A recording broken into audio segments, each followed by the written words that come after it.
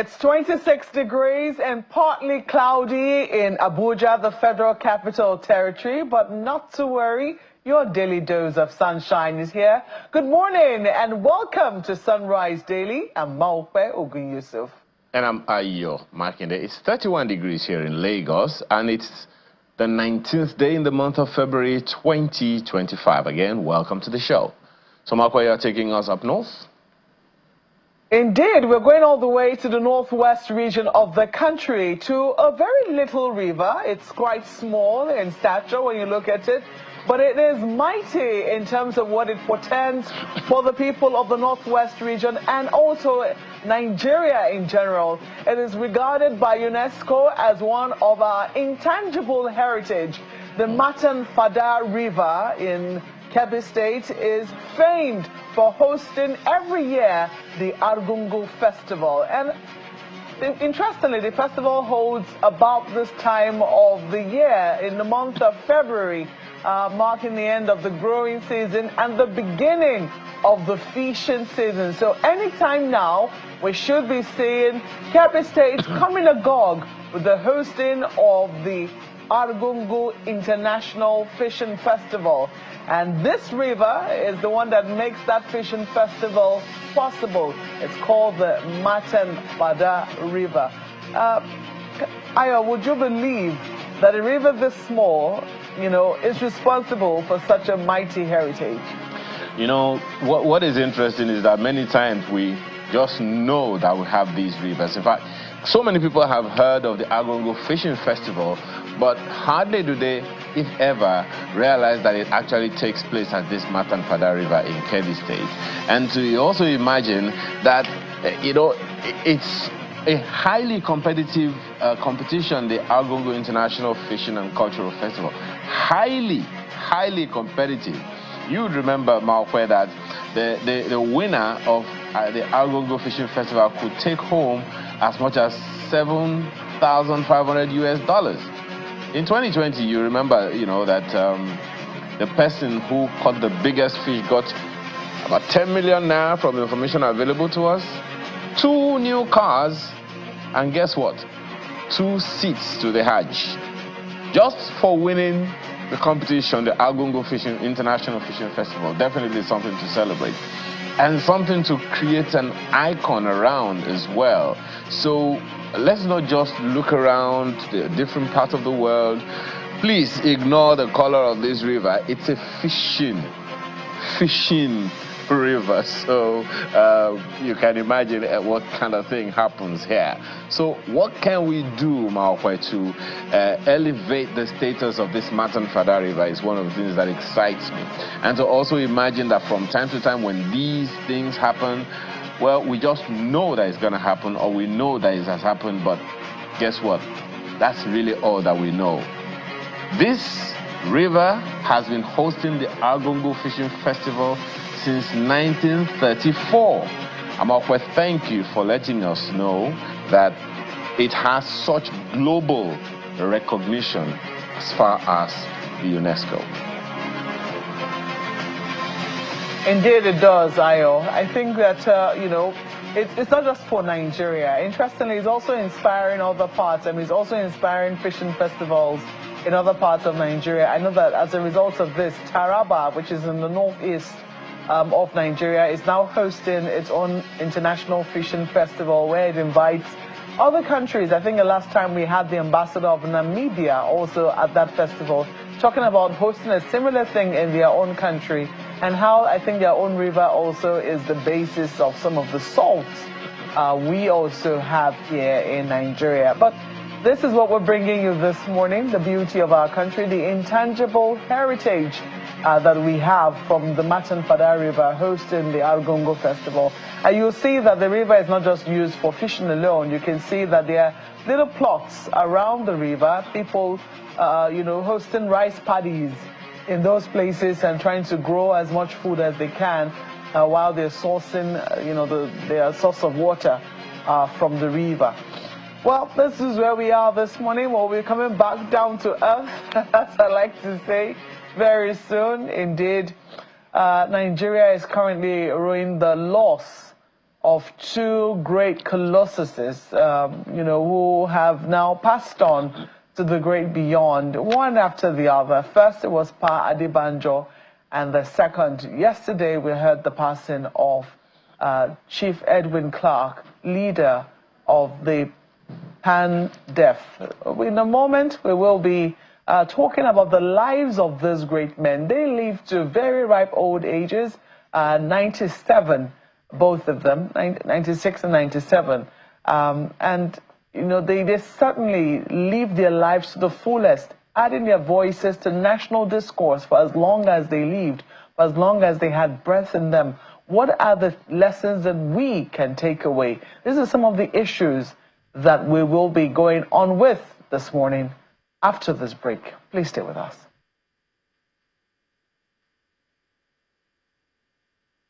We will not compromise this principle of justice, equity, and inclusiveness. One of the speeches of one of the founding members of Afenifere, Chief Ayo Opadokun. Presidency is not between the Igbos and the Yorubas. Presidency is a national thing for which if I will taught us to be one. So it's not a question of anybody offending anybody. On principle, as I've said, on equity, Afenifere is for Jubi, Hood, Like, and Sinker. And I made it clear in our statement. Presidency is not between the Igbos and the Yorubas. That voice will be missed in Nigeria's politics, and especially in the southwest region, with his passing. But the echo of his influence can be heard from the very beginning of Afenifere, when it debuted with Chief Abraham Adesonya as its leader and Chief Bolage as its deputy leader, and of Chief Ayo Opadokun as one of its other founding members. From the outset, the agenda of Afenifere was clear: advance the cause of the Yoruba people of Nigeria. When the AD political party took office in 1998, its manifesto was an adoption of the Afenifere position. In 2008, a faction of the group emerged in Jebu-Igbo with Chief Ayo Opadokun at the helm, who installed Chief Reuben Fashoranti as the new chairman of the group, but which had some opposition to this move by other members of the Afenifere Renewal Group, ARG, who did not accept it. And while it may be difficult to isolate specific achievements solely attributable to Afenifere under Chief Ayo Opadokun leadership, here are some notable areas where the group has made significant contributions. They left the baggage of the constitution, unworkable constitution, which they imposed on us. If you understand the problem of the constitution, that is embedded there. The question of running a unity form of government under a multinational nation is there. That's not what we inherited. So all the problems that are arising as a result of that is what you are having. Afenifere, under Chief Adebanjo's guidance, has consistently championed the cause of restructuring Nigeria and establishing true federalism. They believe this will lead to a more equitable and efficient governance structure. If you want to solve the problem now, where do we move forward? Go back to the constitution that brought us together. On the other hand, we have peace.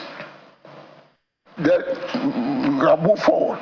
Or do you do that? Don't matter what you do, you'll be falling from one crisis to the other. Chief Ayo Opadokun is revered as a true federalist and elder statesman, a respected lawyer who served as a former organizing secretary of the Action Group and national leader of Afenifere.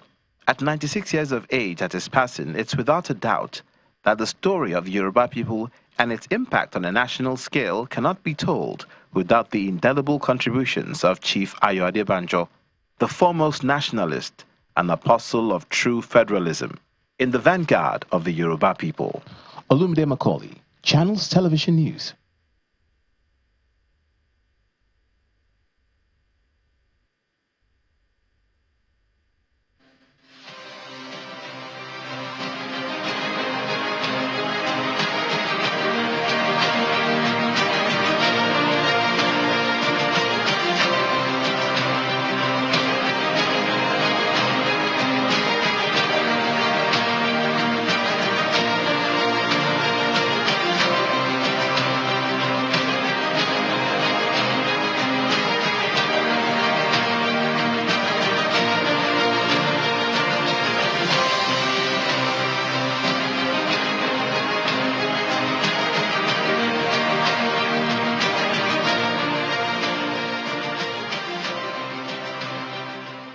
Thank you for staying with us. Our conversation this morning is essentially to celebrate the lives of two great Nigerians, Pa Adebanjo and Chief Edwin Clark, who both passed on very, very recently.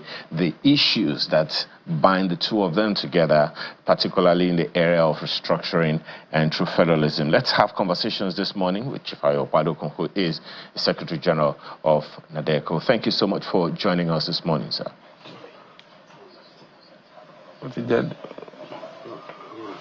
Can you hear me, sir? Good morning. All right. Good morning, sir. Well, I'm trying to imagine. Yes, sir. I'm trying to imagine how you feel about the news of the passing of Ayo Opadokun and Chief Edwin Clark.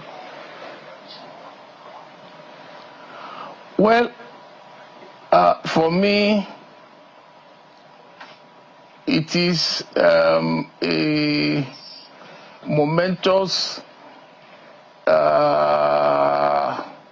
end of an era of those who really participated in the campaign for Nigeria independence and who worked as much as they had grace for Nigeria to become a land that is properly governed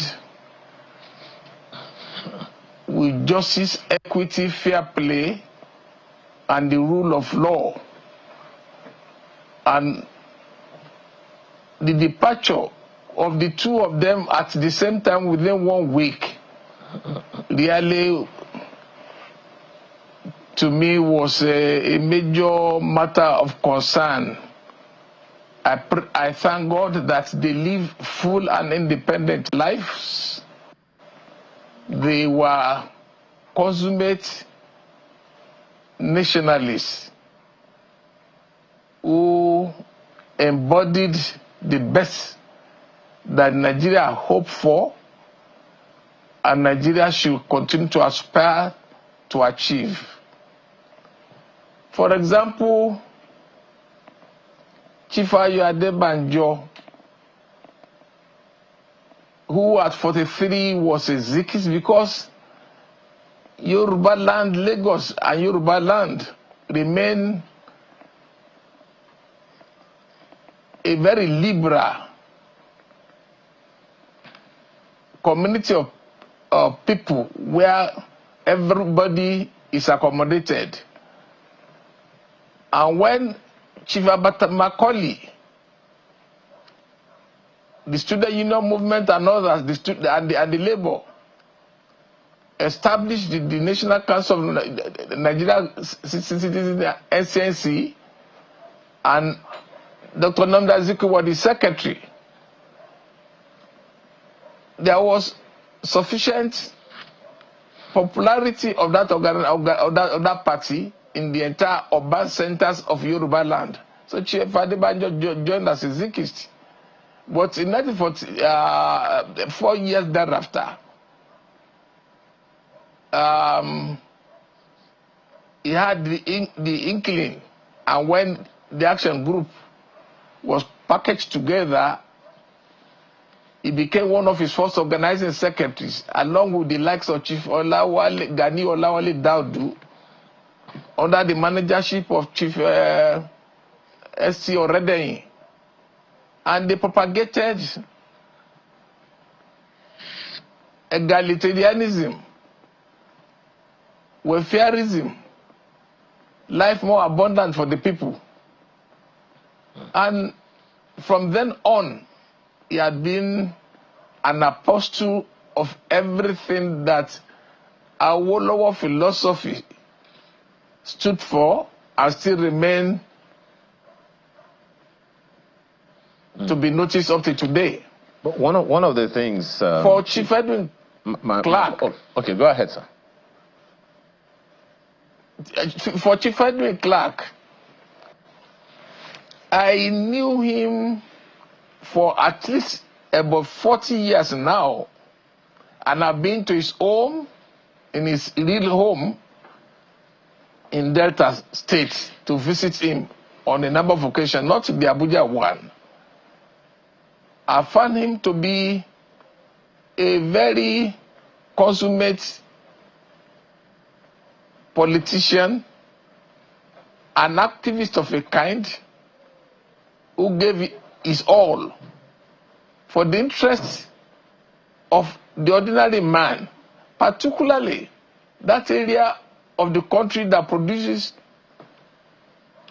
the greatest wealth of Nigeria in the last 50-something years, and which had remained ravaged, environmentally degraded,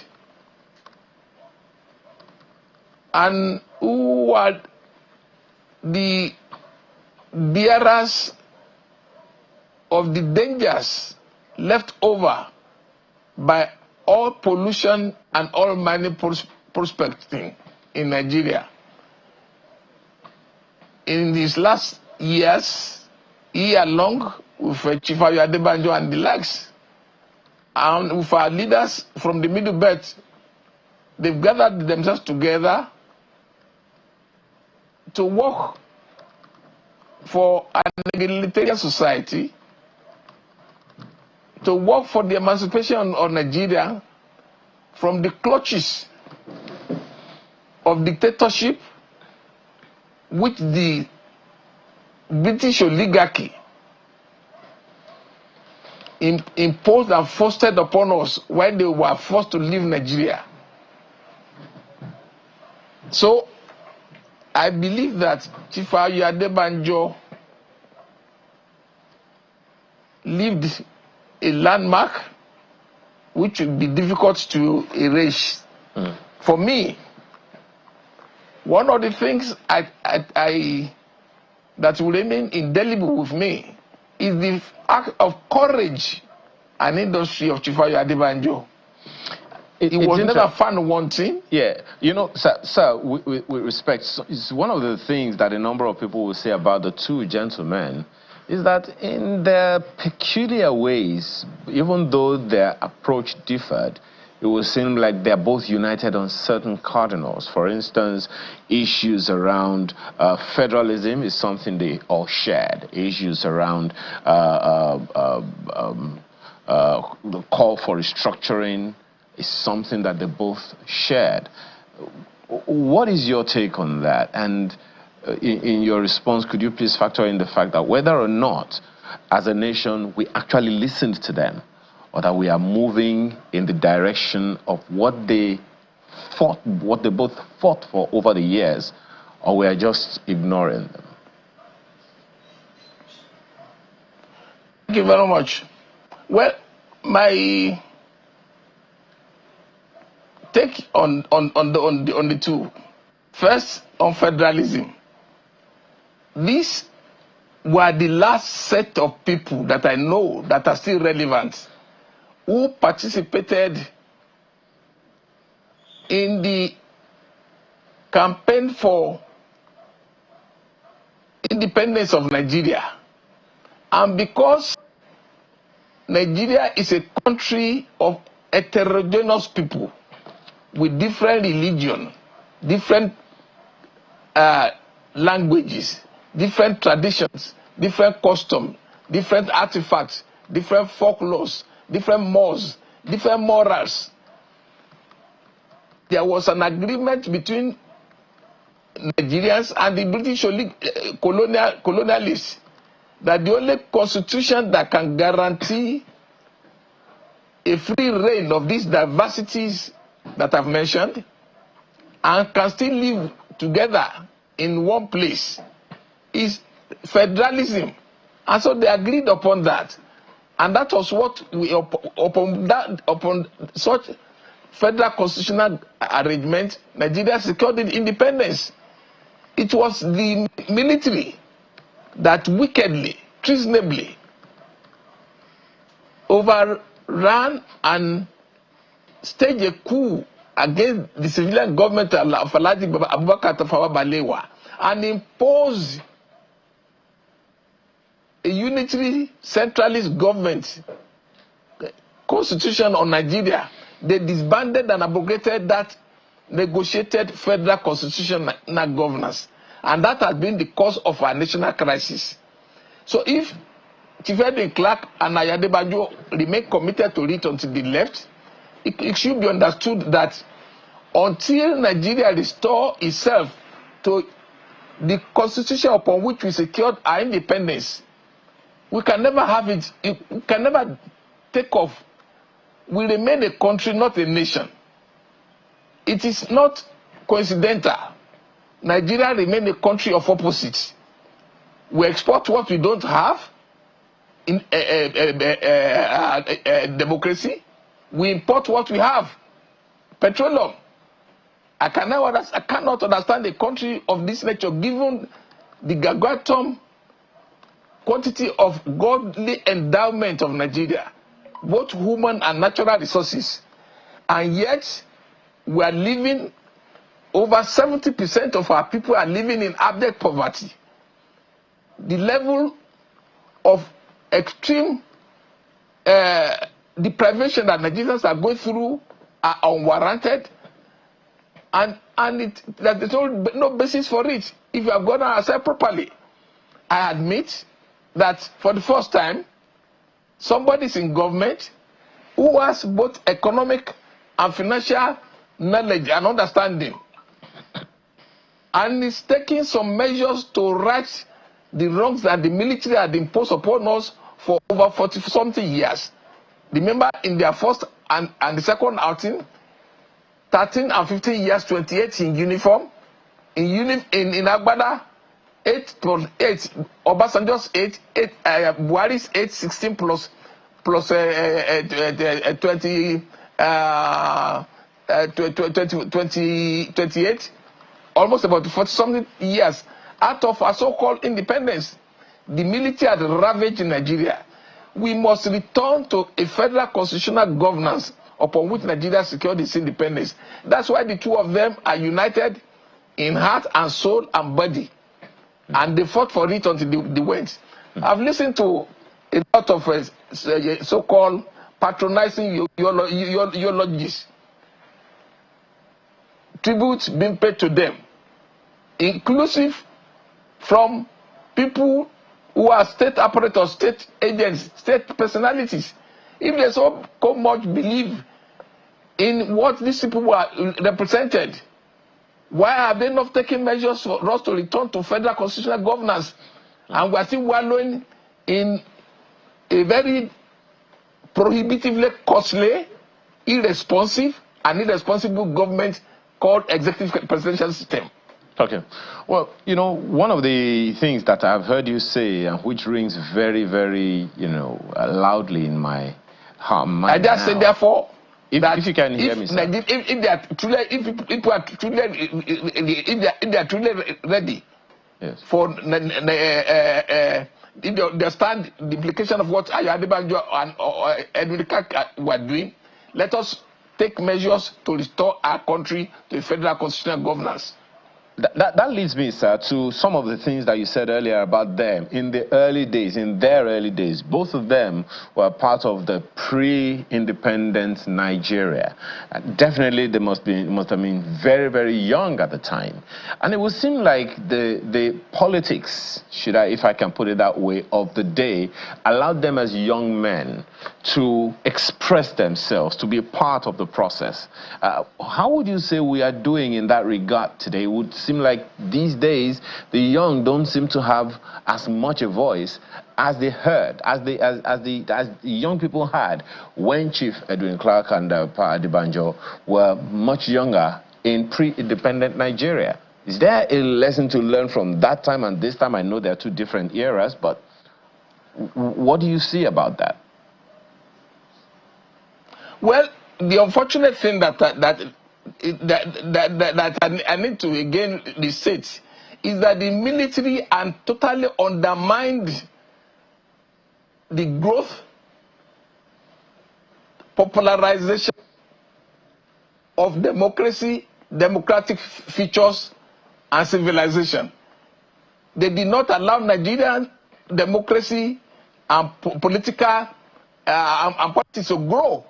I've never seen a country like our own where the military behave throughout the time they were officers as army of oppression, army of occupation, because everyone needs to learn a trade before you can be a master. They won't ask a carpenter to go and drive an armored car.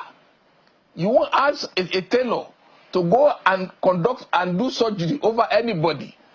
Politics is about argument, it's about discussion, but for personal,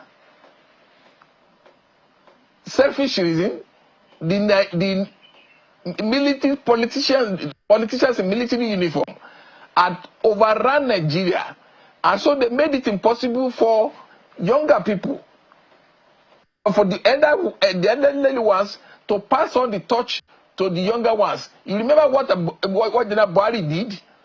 He called respectable leaders of our people all over the country, called them discredited politicians.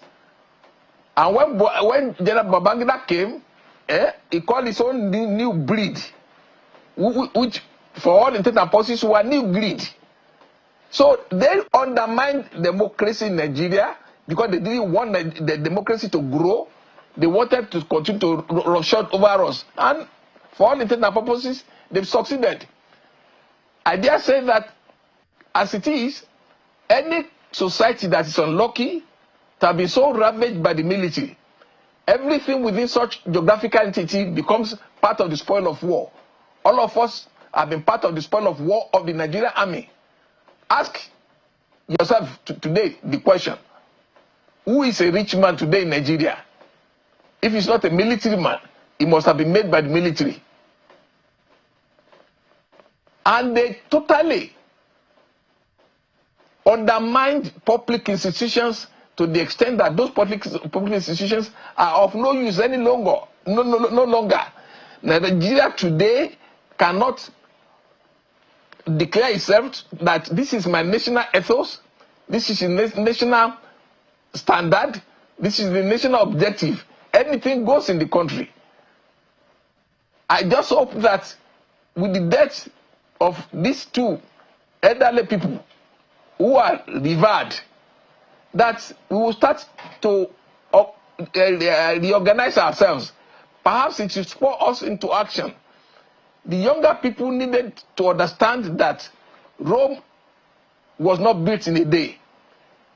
The lust for power and money at all costs is not to be preferred. My Bible tells me in 1 Timothy chapter 6, verse 6, that godliness and contentment is a great gain.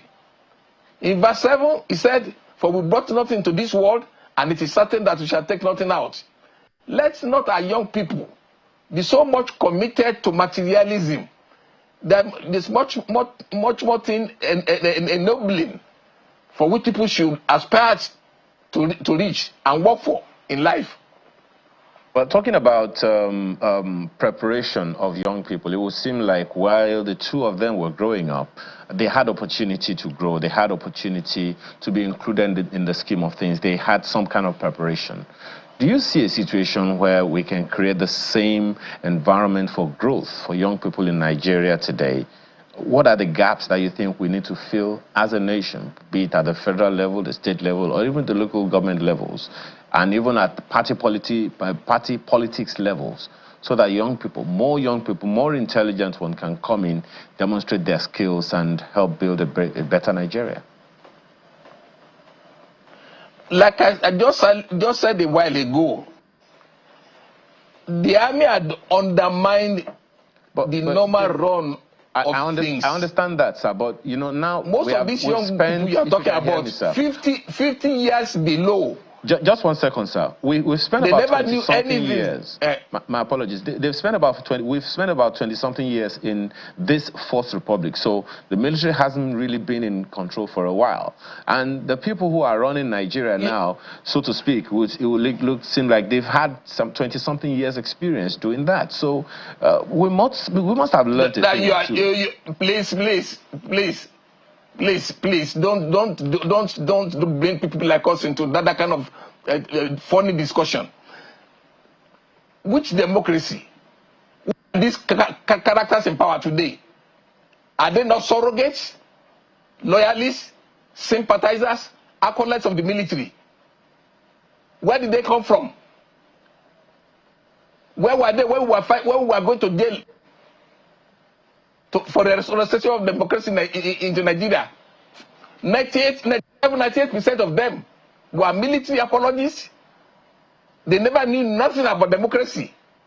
So those ones are not willing really to learn anything, because all that they knew and they still want to do is to hang themselves around one military top shot, retired or still in uniform, that can assist them to get into high political office. They're not ready for training. We need conscious efforts at different areas of the country to remind our people that we have lost it. First of all, the British, the colonial master, were so wicked in what they did to us. They decided to deny us to use our traditional languages to pass on education to our people. Between 1843 and 1848, the missionaries that followed them to Nigeria pleaded with them to allow Nigeria to use their traditional language to teach their students. The colonial officers refused. And what has become of that? Today, Nigeria is the biggest English-speaking country in the whole world. Yet, our own languages are getting extinct gradually. A Yoruba child from the womb is being taught to speak English. If you speak Yoruba, it says vernacular. You are even punished in primary school and the secondary school. And when they are growing up, they take them to creche, to primary, to nursery and primary. Many of them can speak the run of it, but ask them to write it down. They cannot write the thing down. So we are facing multiple jeopardy as set down and forced upon us by these wicked colonialists called Great Britain. We have not come out of that. So our people, our leaders, they must take the mantle of wanting to restore society. Our tradition, our language, our custom ought to be revered.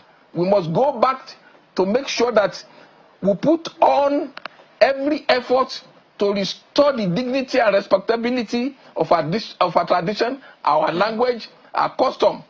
That is when we can start thinking up of building up anybody for political activity. Interesting. When now, Chief Awolowo and Co. My apologies, sir, because we're running out of time. I just wanted to ask this one last one. Now, with these two gentlemen, as you have said, no one can remonstrate how greatly they have impacted us as a nation. Just this one last thing, if you can do it in about 60 seconds, sir. How best do you think we can remember them, honor them? How best do you think we can honor the memories of these two gentlemen?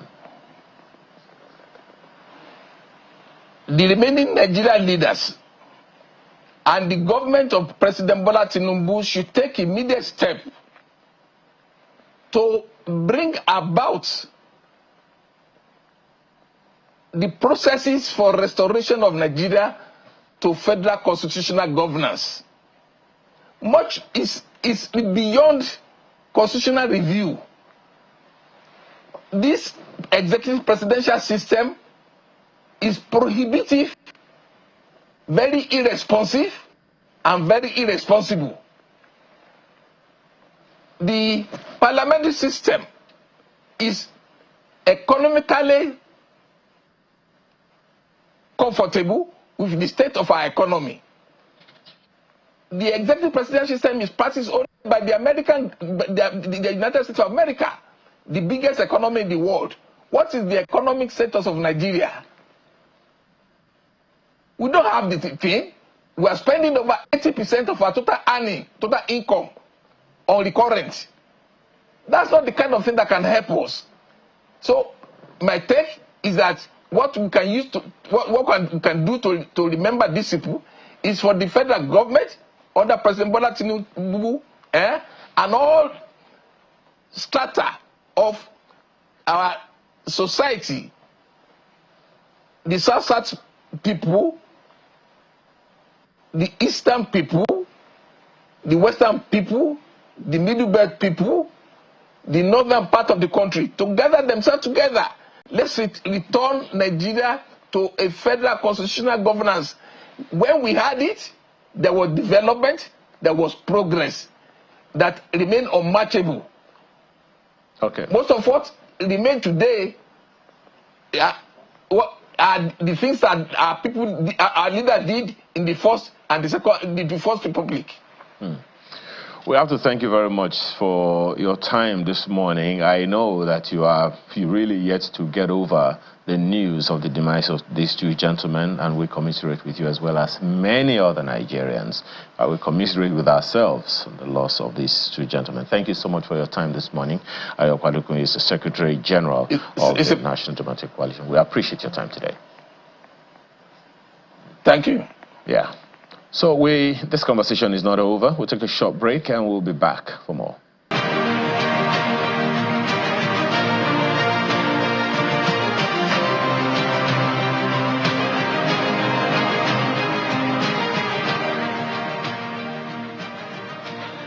A sobering loss to Nigeria. That's how the President Bola Tinubu described the passing of Pa Edwin Clark, whose death was announced yesterday by members of his family. Nigeria is still, coming to terms with the loss of two titans who passed within days of each other. Pa Ayo Opadokun, who passed on Friday, the 14th of February, and also Pa Edwin Clark, whose death was announced just yesterday. Well, joining us to take further look at the conversations and the lessons around their lives, we have with us this morning Mr. Laolu Akonde, who is a former presidential aide.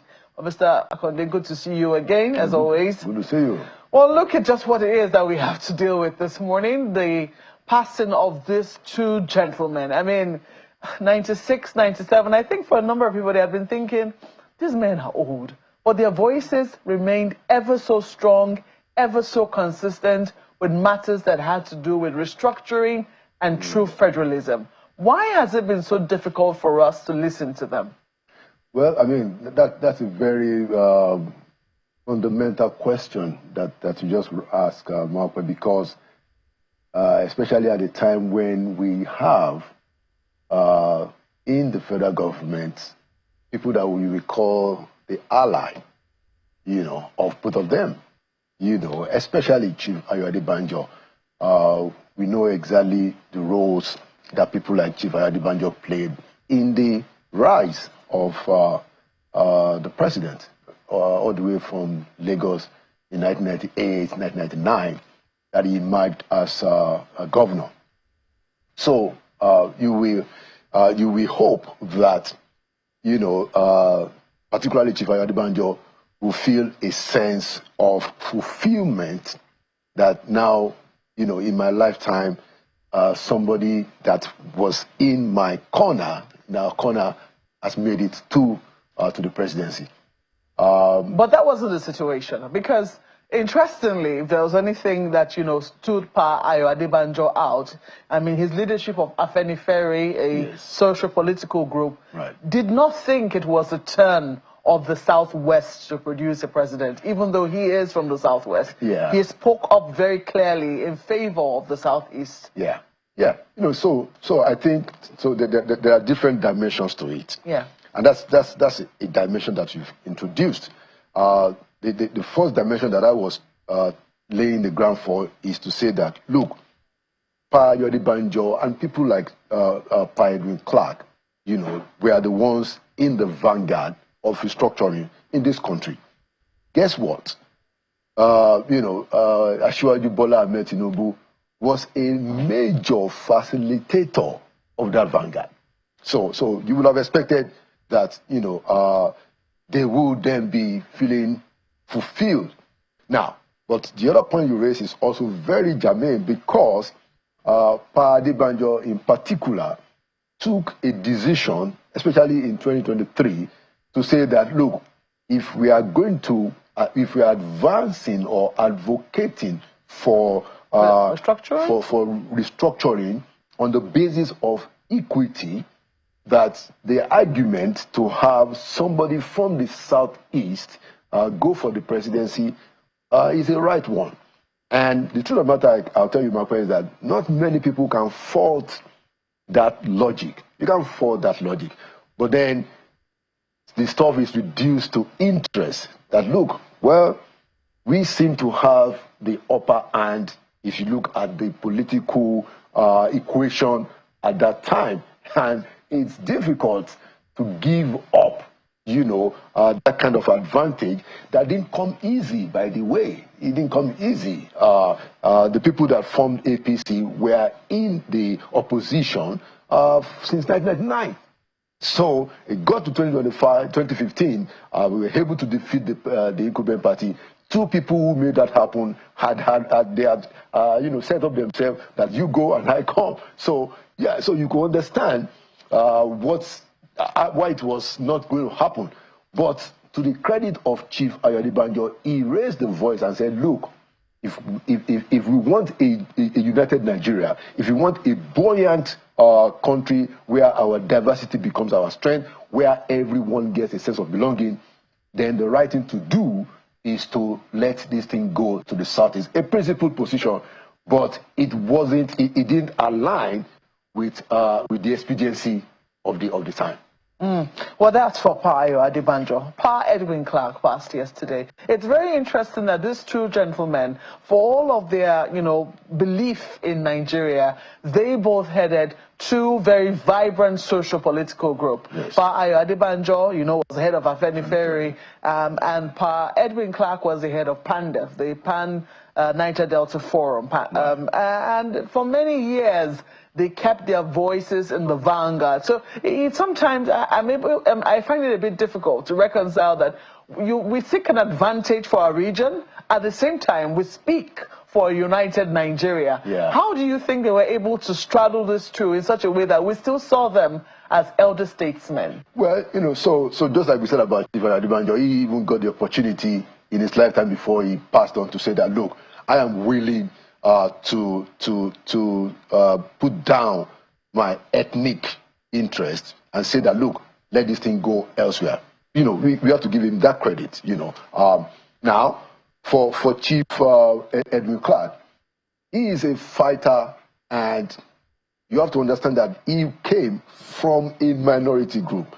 Chief Ayo Opadokun came from a majority group. And whichever way you dice it, the calculus, the Nigerian political calculus, is still more favorable to the majority groups than it is the minority. So Edwin Clark is coming from the minority, and the minority that happens to be the one that actually, they sustain this country, the resources that we have used, to attempt to transform this country, that gave us a lot of money, came from that minority group that was for a long time, and we all know this, was for a long time subjugated.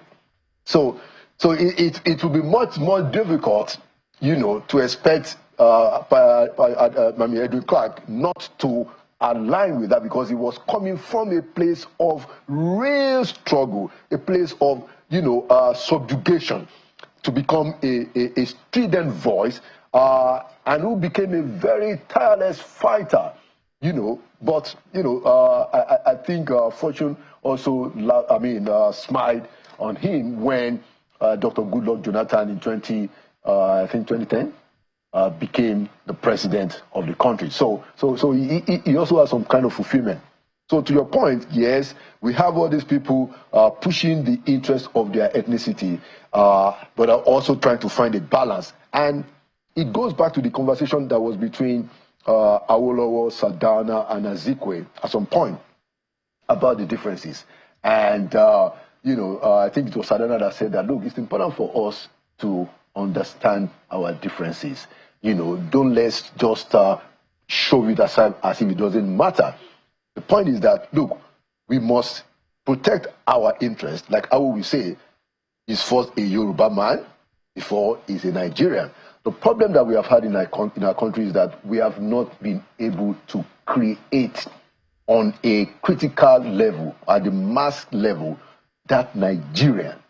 It hasn't really happened. It is still much a talk of aspiration.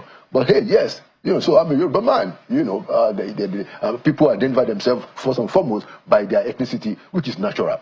But the task that we have, and which these two gentlemen, these two hold iconic elder statesmen, try to show is that, look, we can have that Nigerian, we can have that status and that identity as a Nigerian, but the path to that status is the path that we have not taken. And for their life, they showed us that this is how to do it, this is how to do it. It comes back to what you said. We have not been able to get it done. I'm looking at, first and foremost, there's a few things you've said now that, some people will say, we need to challenge that. Give you an instance, yes. The fact that, yes, you could argue that in the time of our fathers, yes. In the time of our grandfathers, I know you're significantly older than me, so maybe your time... Don't put it out there. Maybe in your time, you can also say, I am this first before I am a Nigerian. Especially when you take a look at how people grew up, where they grew up, the culture within which they grew up. But right. With the evolution of more cosmopolitan cities, right. And people growing up in cities, having very little links to their rural origins, do we see a shift in that regard? Will we still see a situation where people identify first as people from their regions before they identify as Nigerians? Or do you think that as a result of this, evolution we're having somewhat, people growing up in melting pots, that, the view will begin to change? Yeah, I mean, as a matter of fact, if you look at the relationship of the ordinary Nigerian, the mass of our people, they are not concerned, they are not so worried and bothered about our differences. Because like you said, in a place like Lagos, majority of the folks that are there, they are there for an economic reason. They are trying to seek some, it's the pursuit of happiness, trying to actualize themselves, find a way to go forward. The problem happens a lot of the time, Mark, where when the elites are contesting for scarce political advantage or resources, they are the ones that rake up the sentiments, the ethnic sentiments, to say that, oh, look, you have denied us. This is our turn. The ordinary people don't care. We all went to school. We made friends. We played on the streets. It didn't matter. But our political socialization, that is the handiwork of our political elite, is what reminds us and tells us that, A, we are different. Why? Because look at what is happening. They are doing this, that against us. They are doing that, against them. I mean, we are supposed to get this, and they are getting, So that's how we get socialized. Would you say we're being naive? Because the fact that these elderly people have kept their voices strong in the area of restructuring. I mean, today we still have with us Chief Emeka Anyaoku, yes. Who, is a big voice with the Patriots.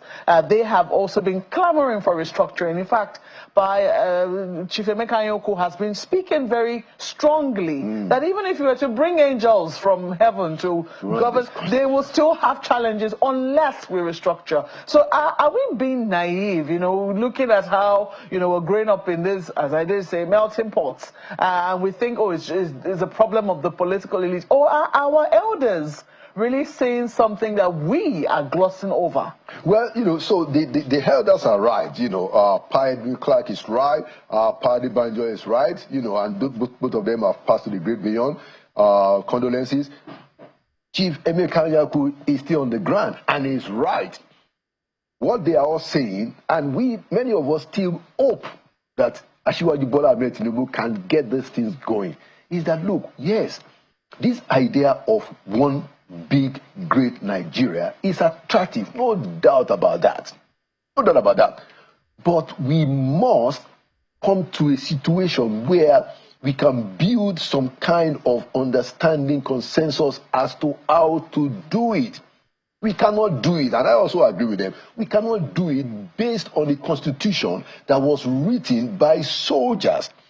A constitution that even on May 29, 1999 wasn't available. Nobody had a copy of it. It was all done shoddily.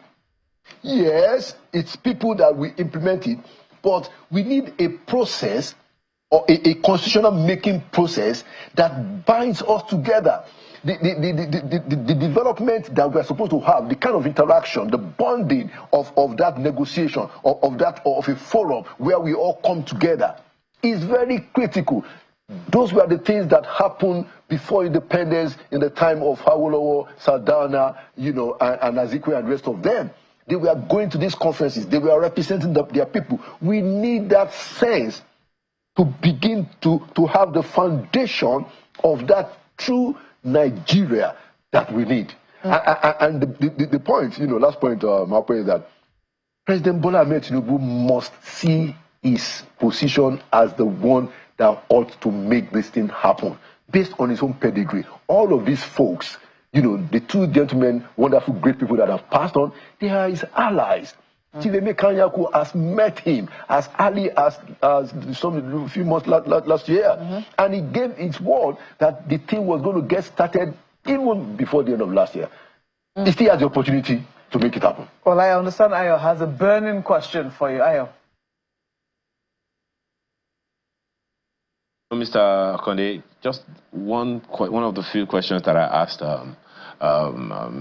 Chief Opadokun the other time.